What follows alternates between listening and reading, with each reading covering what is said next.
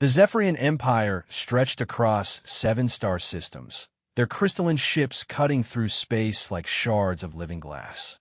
For 3,000 years, they had been the undisputed masters of this sector of the galaxy. Their technology was superior, their military tactics refined through countless conquests, and their understanding of galactic politics unmatched.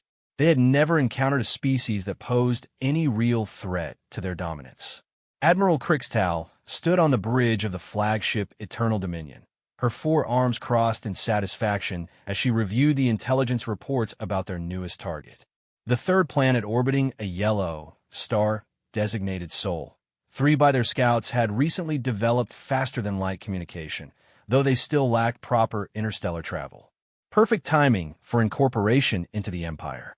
These humans, she said, tasting the foreign word with distaste, appear to be a typical class for civilization.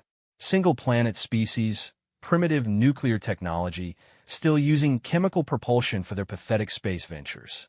Our standard conquest protocol should suffice. Her tactical officer, Commander Vexron, nodded while manipulating the holographic display showing Earth's solar system. Indeed, Admiral, our advanced scouts report they have approximately 200 primitive satellites in orbit, mostly for communication and observation. Their largest space station houses fewer than 20 individuals. Laughably inadequate. What the Zephyrians didn't know was that their scouts had only observed Earth for 30 rotations, and they had fundamentally misunderstood what they were seeing. They assumed the satellites were decorative. The space station was the extent of human space capability, and the various military installations visible from orbit were merely ceremonial structures for a species that had never faced real adversity. The truth was far more complex and infinitely more dangerous. Earth was indeed a single-planet species, but it was a planet that had forged its inhabitants in fires the Zephyrians couldn't imagine. While the Zephyrian homeworld of Christos Prime featured gentle weather patterns, abundant resources, and virtually no natural predators, Earth was a crucible of constant challenge. Massive storms that could level cities, tectonic activity that reshaped continents, ice ages that lasted millennia, and an evolutionary arms race between predator and prey that had been raging for billions of years. Humans had evolved not just to survive on their world, but to thrive in environments that would kill most galactic species within hours. They could endure temperature ranges that spanned nearly 100 degrees, survive in atmospheric pressures that would crush Zephyrian bones, and their bodies contained backup systems for every critical function. Most remarkably, they had evolved the ability to dump massive amounts of adrenaline into their systems, temporarily granting strength, speed, and pain resistance that defied biological logic. But the Zephyrians, comfortable in their climate-controlled ships with their perfectly regulated atmosphere and their bodies adapted for a paradise world, had no frame of reference for such adaptations. The Conquest fleet will depart in 1 rotation, Admiral Crixtal announced. 500 ships should be more than adequate for a species that barely qualifies as spacefaring.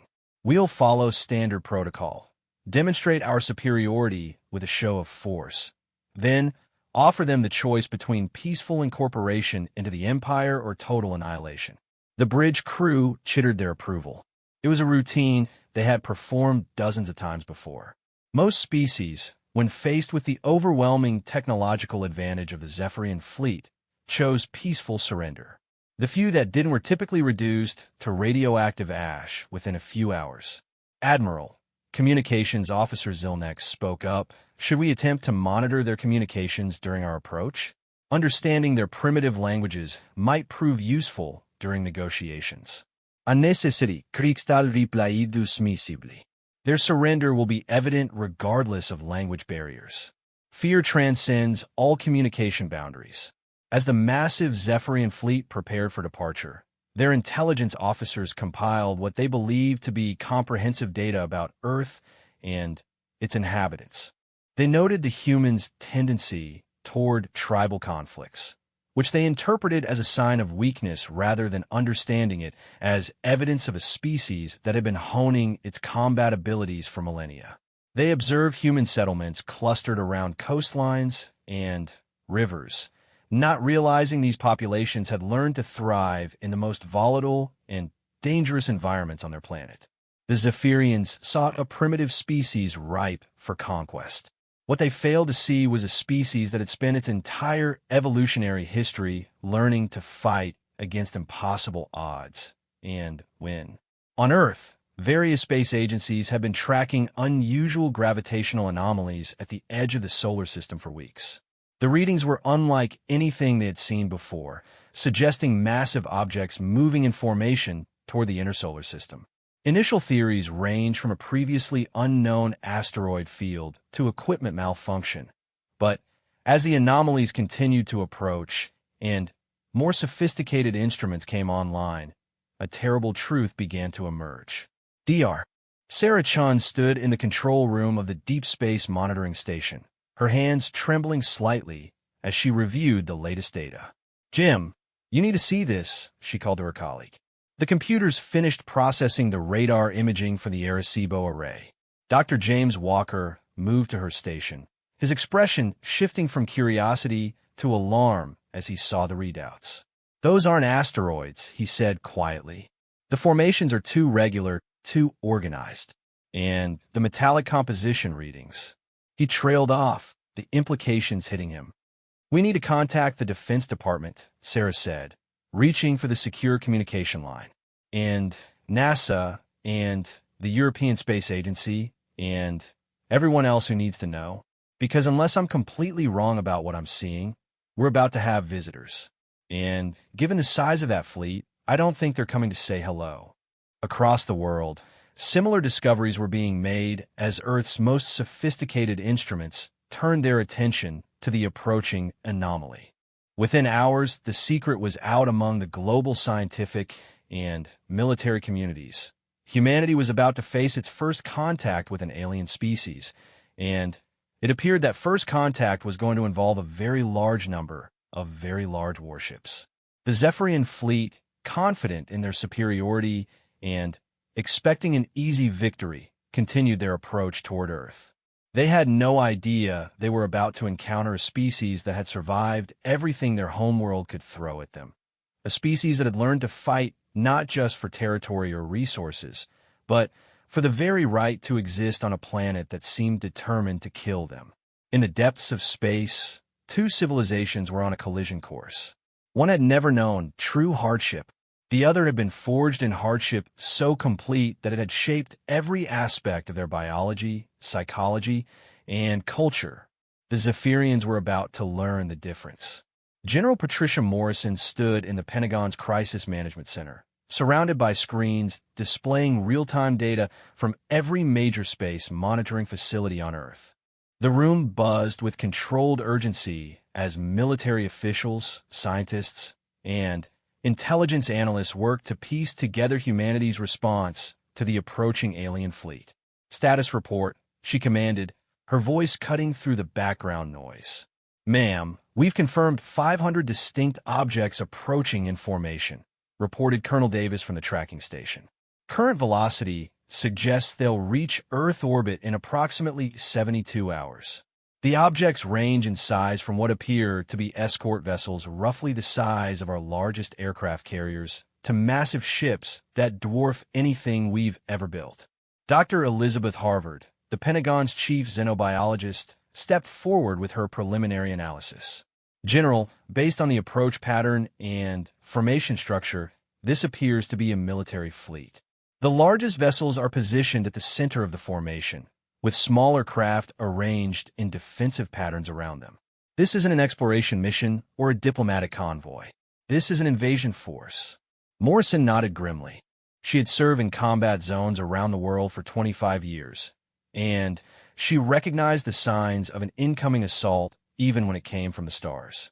"What are our defensive capabilities against technology this advanced?" "Limited, but not non-existent," answered Dr. Michael Torres from the Defense Advanced Research Projects Agency. "Our nuclear arsenals remain our most powerful weapons, though we have no idea how effective they'll be against alien shielding technology. More promising might be our electronic warfare capabilities and our newest directed energy weapons. And our greatest advantage, added Dr. Jennifer Walsh from the Behavioral Analysis Division, might be something they don't expect.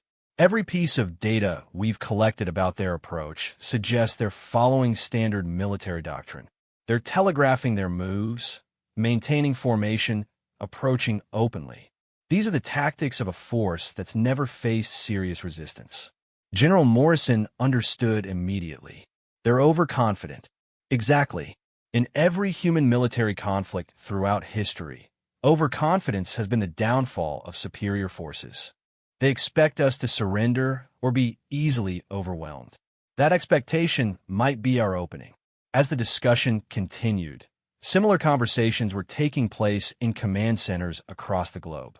The Chinese military was mobilizing their newest hypersonic missiles and satellite killer weapons. The Russians were preparing their advanced electronic warfare systems. The European Space Agency was coordinating with military forces to weaponize their ion drive technology. Israel was sharing their Iron Dome defense protocols for adaptation to space-based threats. An alien invasion was simply the latest in a long line of existential threats that humans had learned to address with creativity, determination, and an almost irrational refusal to accept defeat. Meanwhile, aboard the Eternal Dominion, Admiral Kriegstau was reviewing the final approach plans with her senior staff. The Zephyrian fleet had slowed to a more ceremonial pace as they entered the outer edges of the Sol system, allowing their sensors to gather more detailed information about their target. The third planet shows more activity than our initial report suggested, noted Science Officer Kelwin.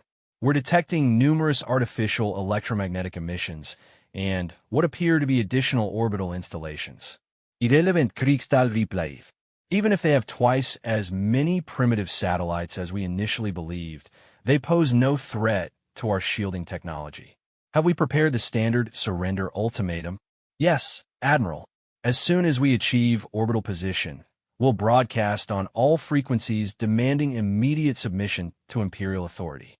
The message includes a demonstration of our destructive capability by targeting one of their unpopulated landmasses.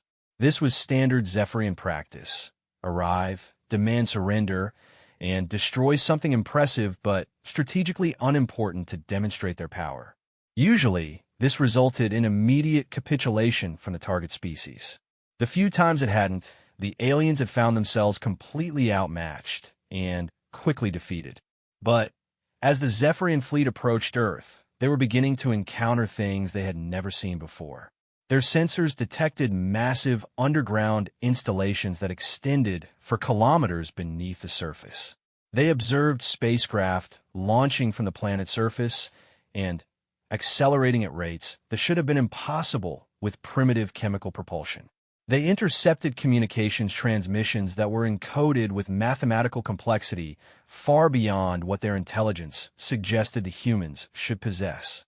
Admiral, Commander Vexron said hesitantly, some of these readings are unexpected. The humans appear to have developed certain technologies more rapidly than our projections indicated. Impossible, Kriegstau responded. Our scouts conducted a thorough survey. These humans are barely beyond the Stone Age compared to proper galactic civilizations.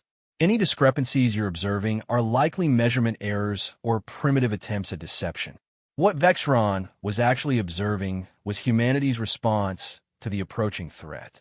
In the 72 hours since the fleet had been detected, every space agency, military organization, and research institution on Earth had been working around the clock to prepare defenses. Ancient missile silos were being retrofitted with modern guidance systems. Particle accelerators were being modified to serve as weapons. Communication satellites were being reprogrammed to carry viruses designed to infiltrate alien computer systems. More importantly, humanity was doing what it had always done when faced with a superior enemy. They were learning to think differently. Dr. Sarah Chun, who had first detected the alien fleet, was now working with a team of quantum physicists to develop a method of using Earth's magnetic field as a weapon.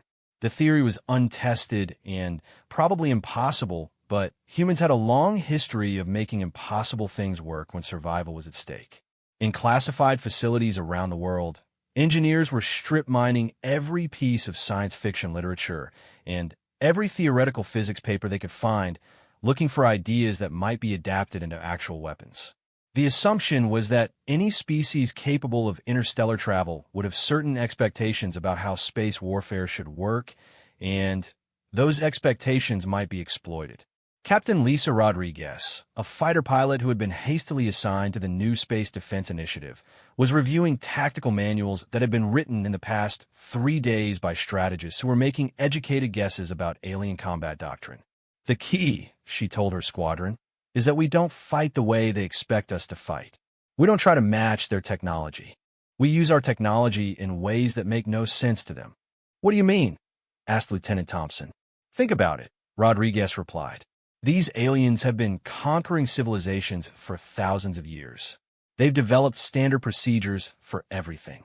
They expect us to either surrender immediately or try to fight them using conventional space warfare tactics. They're not prepared for us to do something completely unexpected. Like what? Rodriguez smiled grimly. Like ramming a nuclear submarine into their flagship. Like using our atmosphere as a weapon. Like turning our own orbital debris into a massive shotgun blast. Like fighting dirty in ways that would never occur to a species that's always had technological superiority. As the Zephyrian fleet moved into Earth's orbital space, both sides were preparing for a confrontation that neither fully understood. The aliens expected a quick, decisive victory against a primitive species. The humans expected a desperate fight against impossible odds. Both expectations were about to be proven wrong in the most spectacular way possible. The massive Zephyrian fleet emerged from faster-than-light travel at the edge of Earth's orbital space with the kind of precision that spoke to thousands of years of military experience. 500 crystalline ships arranged themselves in perfect formation, their hulls gleaming with an otherworldly light that made them visible to the naked eye from Earth's surface.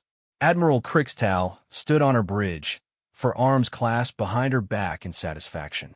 Through the transparent aluminum viewports, she could see the blue-green world that would soon be the newest addition to the Zephyrian Empire.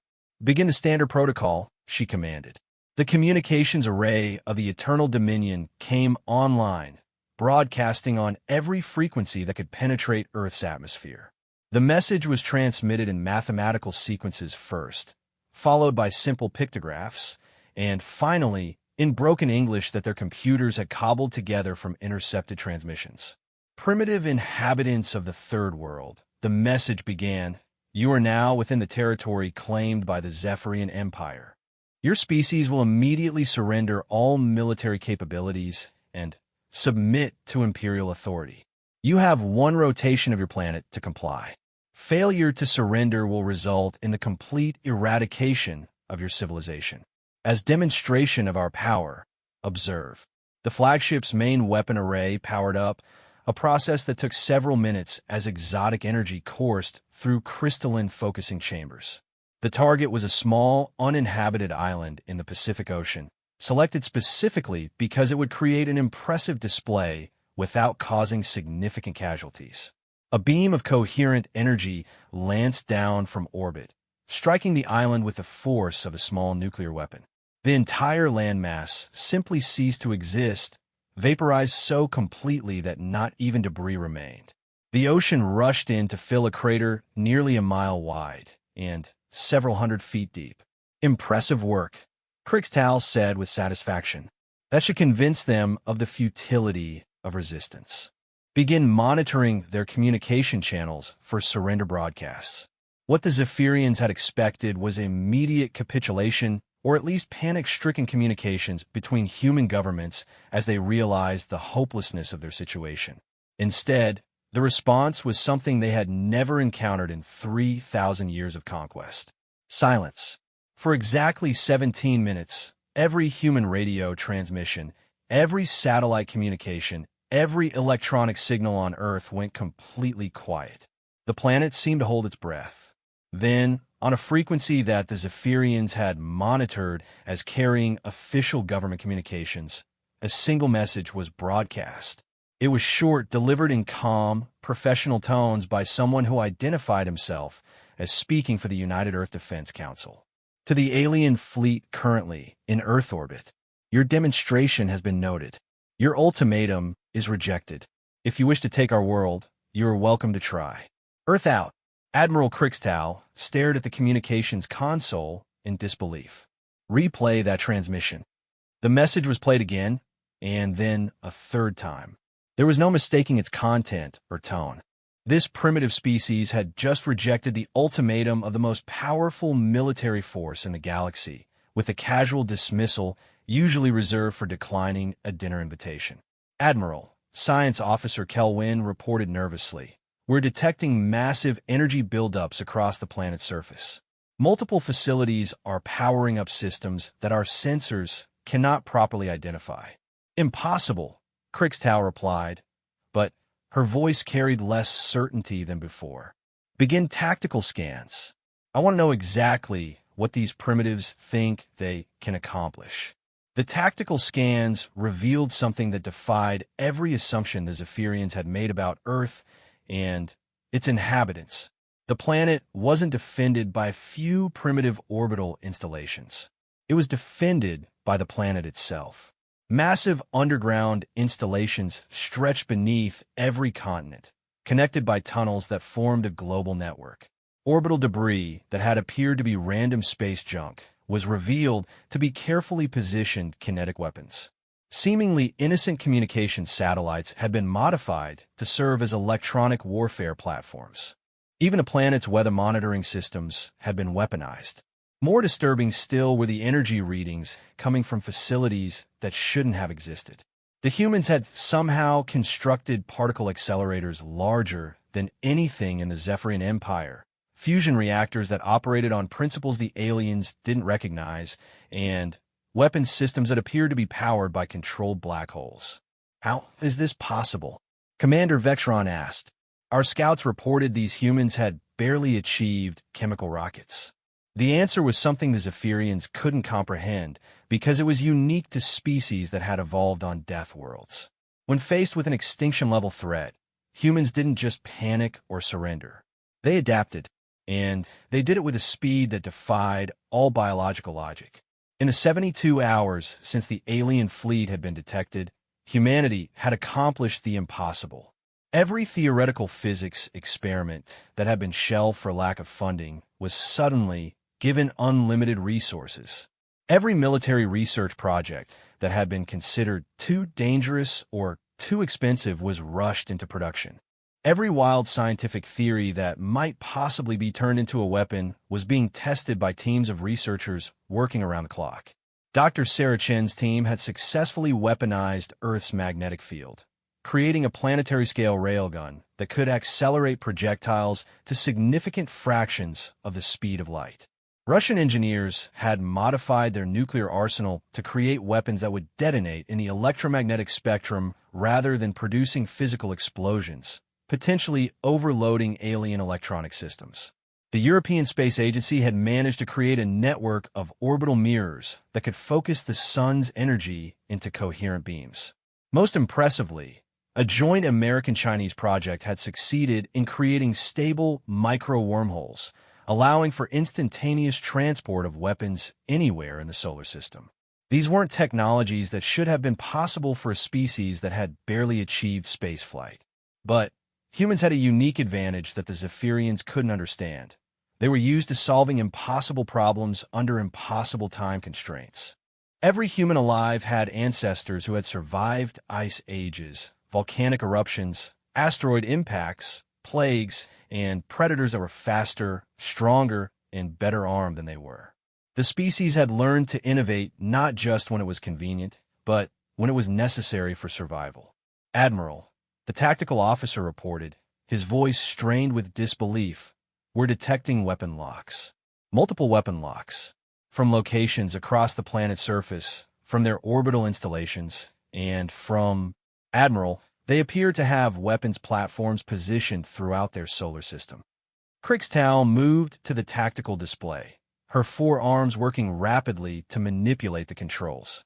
What she saw challenged everything she knew about primitive species.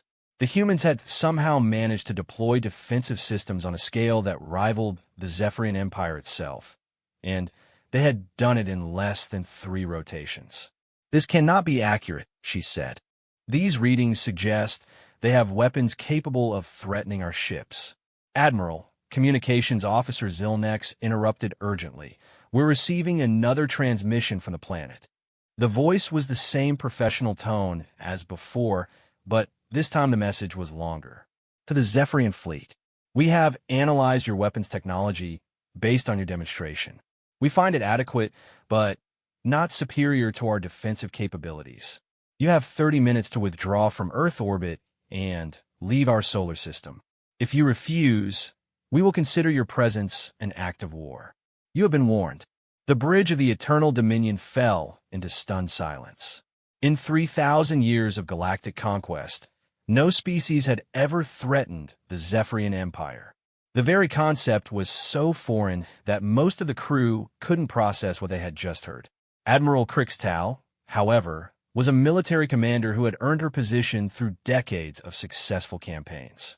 She recognized the tone of the transmission for what it was, not a bluff, but a promise. Somehow, impossibly, these humans believed they could not only fight the Empire, but win.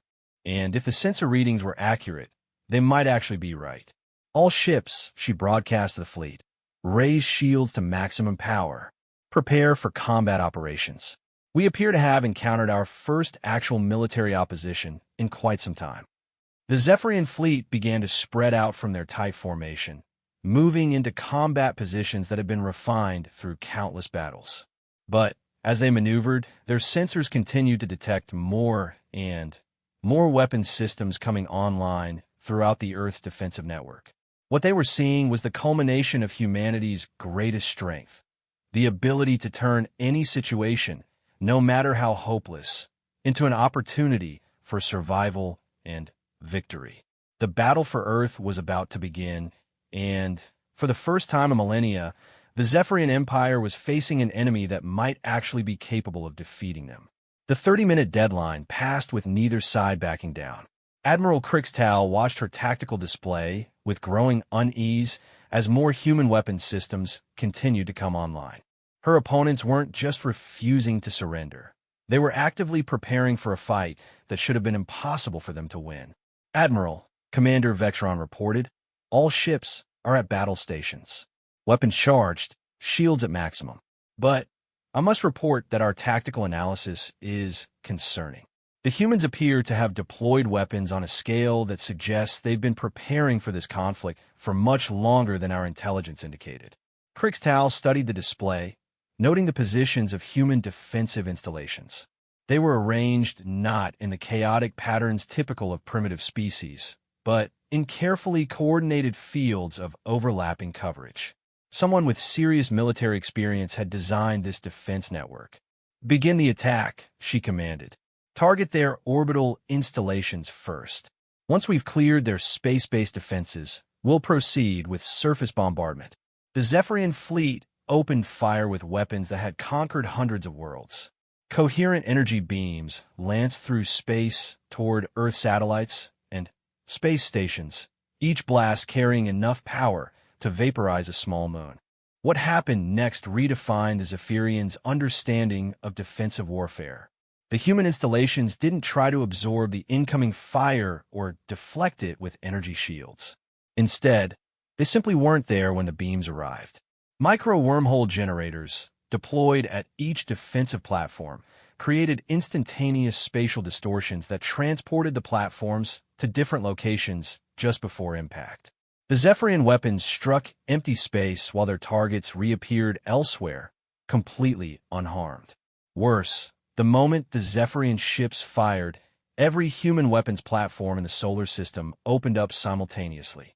From the surface of Earth, magnetic accelerators launched projectiles at velocities approaching light speed. The projectiles themselves were simple, mostly refined iron with basic guidance systems, but they struck the Zephyrian shields with kinetic energy equivalent to small nuclear weapons. From orbital installations, focused solar energy created coherent beams that targeted the alien sensor arrays and weapon systems. The beams weren't powerful enough to penetrate Zephyrian shielding, but they were precisely calibrated to overwhelm the aliens' optical sensors. From hidden installations throughout the solar system, a new type of weapon that the humans had designated quantum scramblers began targeting the molecular bonds that held the Zephyrian ships together. The effect was subtle. Crystalline hulls began developing microscopic fractures that would eventually compromise structural integrity. Most disturbing of all, from facilities deep beneath Earth's surface, electromagnetic pulse weapons fired at frequencies specifically designed to interfere with Zephyrian computer systems. The aliens suddenly found their targeting systems malfunctioning, their communications disrupted, and their navigation computers providing contradictory information. What is happening? Admiral Krixtal demanded as her bridge crew struggled with failing equipment. Admiral, the humans are using weapons technologies we've never encountered, Science Officer Kelwin reported, his voice strained. They're not trying to overpower our defenses. They're exploiting weaknesses in our systems that we didn't know existed. This was exactly what human military strategists had hoped would happen. Rather than trying to build weapons more powerful than alien technology, Earth's defenders had studied every piece of information they could gather about the Zephyrian fleet and identified potential vulnerabilities. Captain Lisa Rodriguez, now flying one of humanity's hastily constructed space fighters, led a squadron of pilots in an attack pattern that would have been considered insane by any conventional military doctrine. Instead of engaging the alien ships directly, her fighters were using Earth's atmosphere as a weapon. Eagle Squadron, begin atmospheric dive, she commanded. Remember, we're not trying to hurt them directly. We're trying to confuse their sensors. The human fighters plunged through Earth's atmosphere at velocities that created massive plasma trails.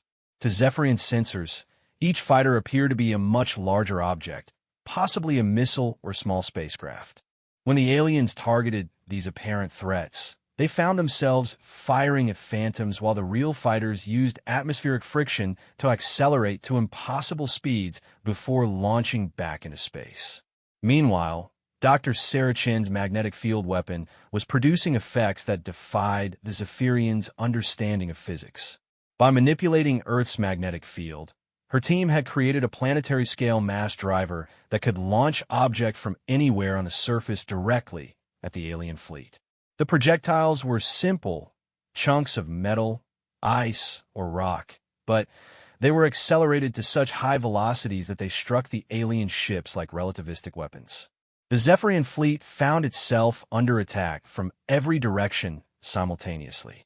Projectiles came from the planet's surface, energy weapons fired from orbital installations, fighters attacked from within the atmosphere, and mysterious force weapons disrupted their equipment from sources they couldn't locate. Admiral, we're losing ships, Commander Vextron reported. The humans are coordinating their attacks with a precision that suggests advanced military AI. Our conventional tactics are proving ineffective. Krixtal watched in disbelief as her flagship's shields fluctuated under sustained bombardment from weapons that shouldn't have been able to penetrate Zephyrian defensive technology. How are they doing this? Our intelligence reports indicated they were barely beyond primitive chemical rockets. What the Admiral was witnessing was the end result of humanity's most dangerous characteristic, their ability to innovate under extreme pressure. When faced with extinction, humans didn't just fight harder, they fought differently. Every piece of human technology had been repurposed as a weapon. Communications satellites became electronic warfare platforms. Weather monitoring equipment was modified to track and target alien ships. Even civilian infrastructure like power grids and transportation networks had been integrated into the defense network. More importantly, humans had done something that the Zephyrians, despite their technological superiority, had never managed. They had turned their entire planet into a single, coordinated weapon system. Earth wasn't just defended by military installations. The planet itself had become a fortress, with every system integrated into a defense network that could respond to threats with devastating effectiveness. Admiral, the tactical officer called out urgently, we're detecting massive energy buildups throughout their system. It appears they're preparing to deploy some kind of system-wide weapon. Krixtal stared at the tactical display as energy signatures appeared at locations throughout the Sol system. Whatever the humans were preparing, it was on a scale that dwarfed anything in the Zephyrian arsenal. Deep beneath the surface of Mars, automated systems that had been deployed by unmanned human probes decades earlier were coming online. Similar installations on asteroids throughout the system were powering up weapons that had been hidden as mining equipment or research stations. The humans had been preparing for this battle not for days, but for years. Every space mission, every satellite deployment, every deep space probe had been designed with dual purposes: exploration and defense. All ships, prepare for emergency jump to faster than light, Krixtal commanded. We're withdrawing from this system. But as the Zephyrian fleet began powering their faster-than-light drives, they discovered that the humans had one more surprise waiting for them. The same micro-wormhole technology that had been used to protect defensive installations was now being deployed on a massive scale. Spatial distortions appeared throughout the battle zone, creating gravitational anomalies that made faster-than-light travel impossible. The Zephyrian fleet found itself trapped in normal space, unable to escape, while human weapons continued to pound their ships with increasing intensity. For the first time in 3,000 years, the Zephyrian Empire faced the possibility of actual military defeat. Their technological superiority meant nothing against enemies who fought using principles they didn't understand, with weapons they couldn't predict, and with a coordination that suggested a level of military sophistication the Empire had never encountered. Admiral Krixtal realized with growing horror that her fleet hadn't just encountered another primitive species to be conquered. They had found a military power that might actually be superior to the Empire itself. The hunters had become the hunted, and the Zephyrians were learning what it meant to face an enemy that had evolved not just to survive, but to win against impossible odds. The battle had been raging for 6 hours when Admiral Krixtal finally acknowledged what her tactical officers had been telling her for the past 2 hours. The Zephyrian fleet was losing. 63 ships had been destroyed or disabled, their crystalline hulls shattered by weapons that operated on principles the Empire had never encountered. The remaining vessels were taking constant damage from attacks that came from every direction simultaneously, their shields failing under sustained bombardment from what appeared to be the entire Sol system. Admiral, Commander Vexron reported, his voice barely concealing his panic. We've lost contact with the entire third battle group. The humans appear to have deployed some kind of weapon that simply erases our ships from existence. What Vexron was describing was humanity's most desperate and dangerous innovation: controlled singularity weapons. Using modified particle accelerators, human scientists had managed to create microscopic black holes that lasted for only milliseconds before evaporating in bursts of Hawking radiation. When these weapons struck Zephyrian ships, they didn't just destroy them. They converted matter directly into energy, leaving no debris behind. Krixtal stared at the tactical display with the expression of someone watching their entire understanding of reality collapse. "This is impossible," she whispered. "These humans evolved on a single planet. They've never faced galactic-level warfare. How can they be defeating the Empire's most advanced fleet?" The answer was something that no Zephyrian could comprehend because they had never experienced it themselves: evolutionary pressure on a planetary scale. The Zephyrian homeworld of Christos Prime was a paradise where the climate never varied more than a few degrees, where no natural disasters occurred, where predators had been extinct for millions of years. The Zephyrians had evolved in an environment so stable and peaceful that they had never developed the ability to think creatively under pressure. Earth, by contrast, was a world that had been trying to kill its inhabitants for billions of years. Ice ages that lasted millennia had forced early humans to develop tools and strategies for survival in impossible conditions. Volcanic eruptions had taught them to adapt quickly to changing environments. Predators far stronger and faster than humans had forced them to become clever, to use intelligence and cooperation to overcome superior physical capabilities. Most importantly, Earth's history was filled with extinction events that had wiped out most life on the planet, leaving only the species that could adapt, innovate, and survive against overwhelming odds.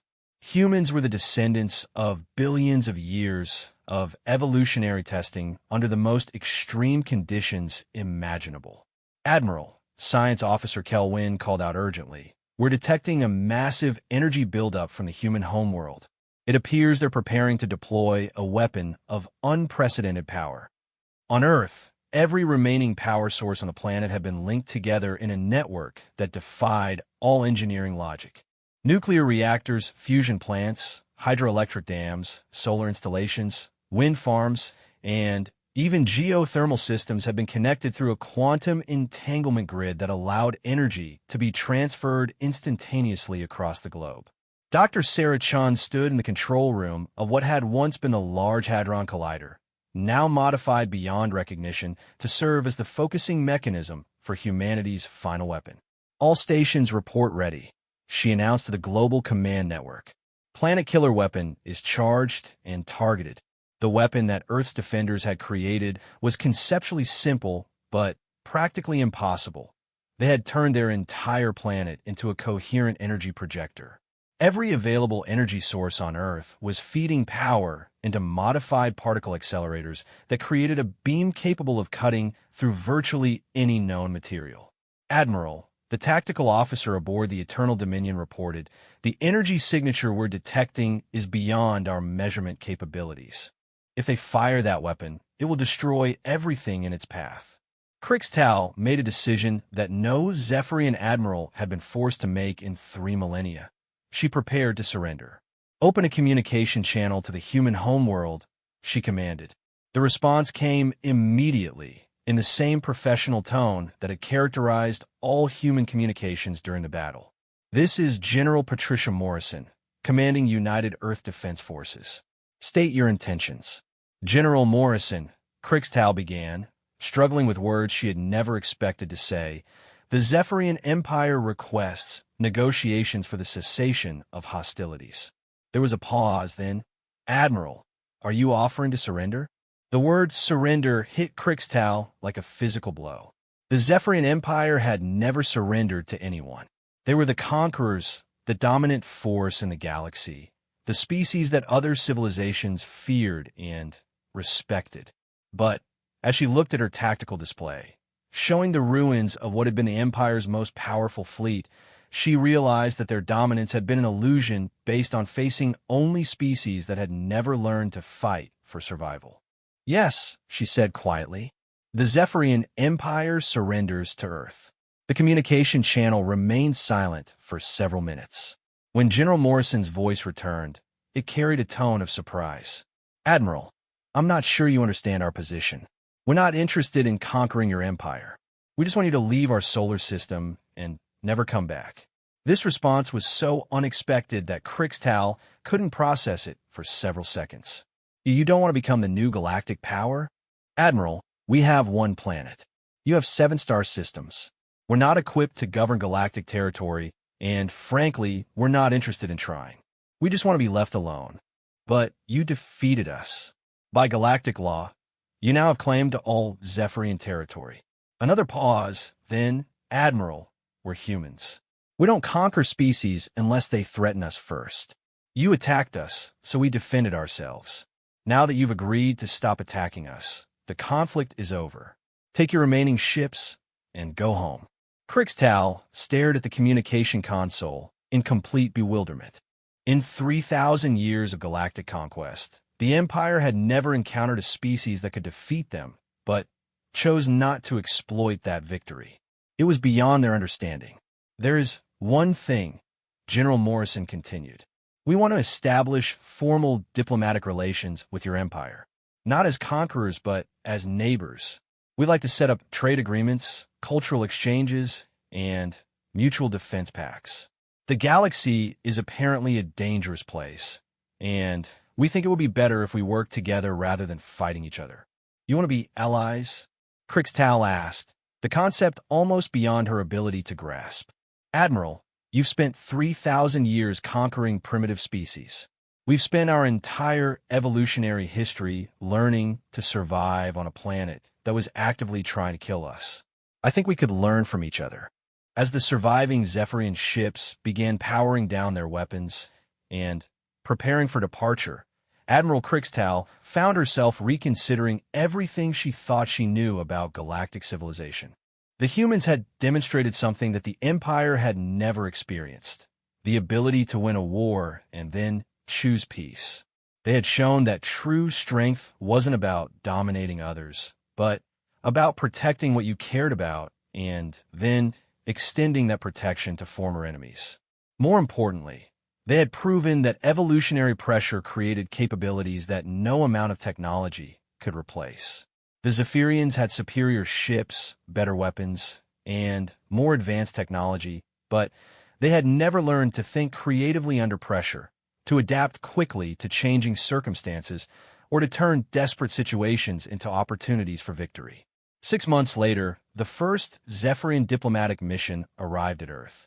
The aliens came not as conquerors, but as students eager to learn from species that had achieved what the Empire never could: the wisdom to know when to fight and when to make peace.